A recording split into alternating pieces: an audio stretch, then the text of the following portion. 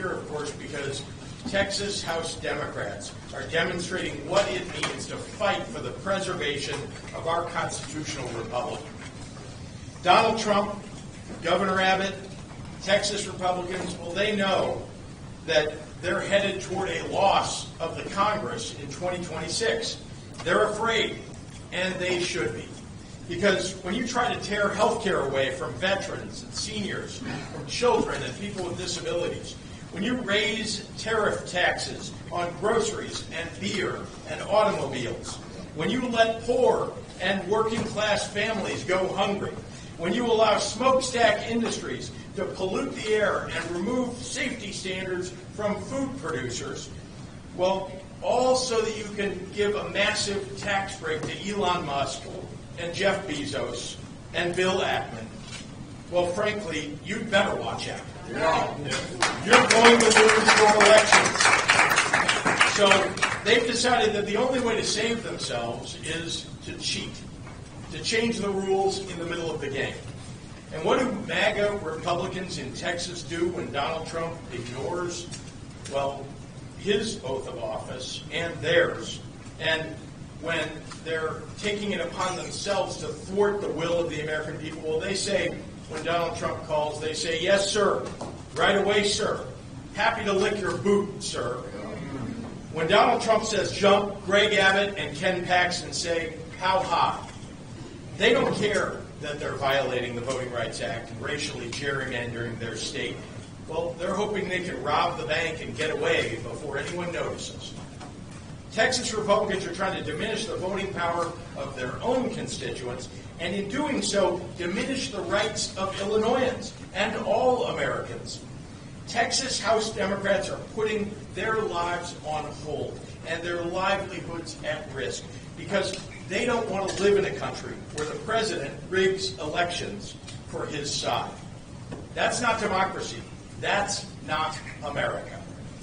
To be in public office right now is to constantly ask yourself, how do I make sure that we're standing on the right side of history? Well, there's a simple answer. The wrong side of history will always tell you to be afraid. And the right side of history will always expect you to be courageous.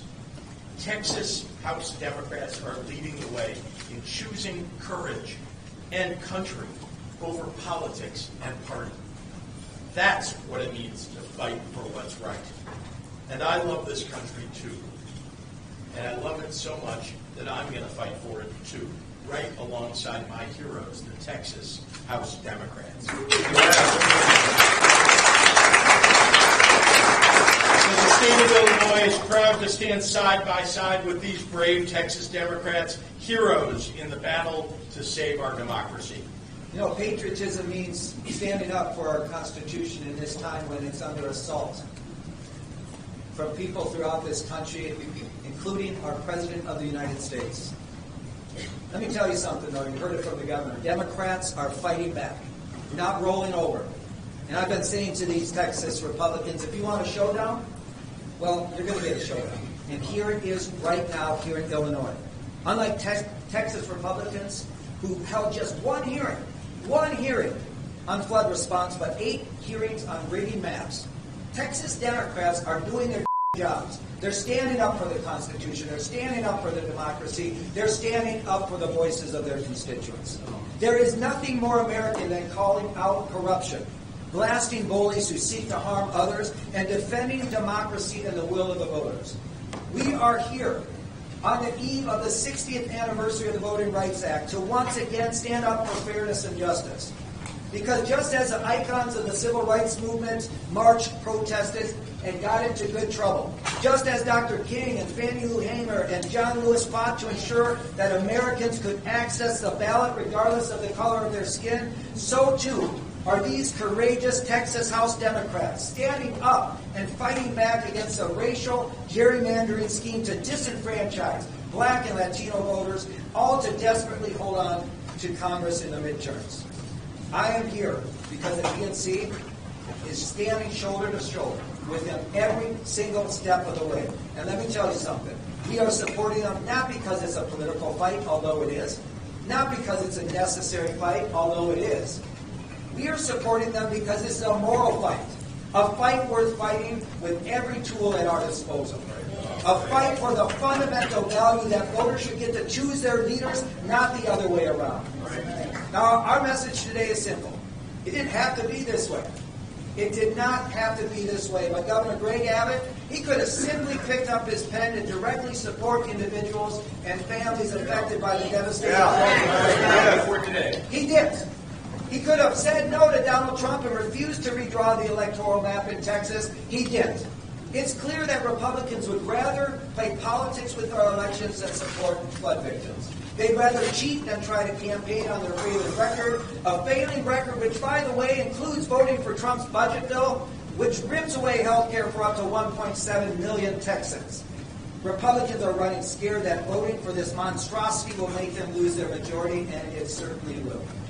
Which is why they're trying to disenfranchise Texas voters by packing and cracking them into districts to dilute their voting power, a clear and blatant violation of the Voting Rights Act.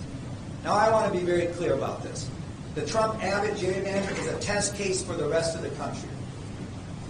What Republicans are trying to do in Texas is a model for other red states to lie, cheat, and steal their way to victory.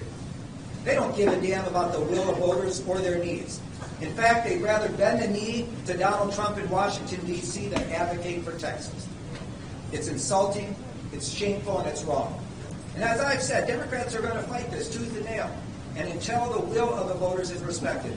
This is not the Democratic Party of your grandfather, which would bring a pencil to the knife fight. This is a new Democratic Party. We're bringing a knife to a knife fight, and we are going to fight fire with fire. We will not let Republicans succeed in their efforts to gerrymander the map and tilt the election in their favor. I want to thank all of those who are here in solidarity with our brothers and sisters in the Texas House Democratic Caucus who have broken quorum to prevent this illegal Republican gerrymander from going through.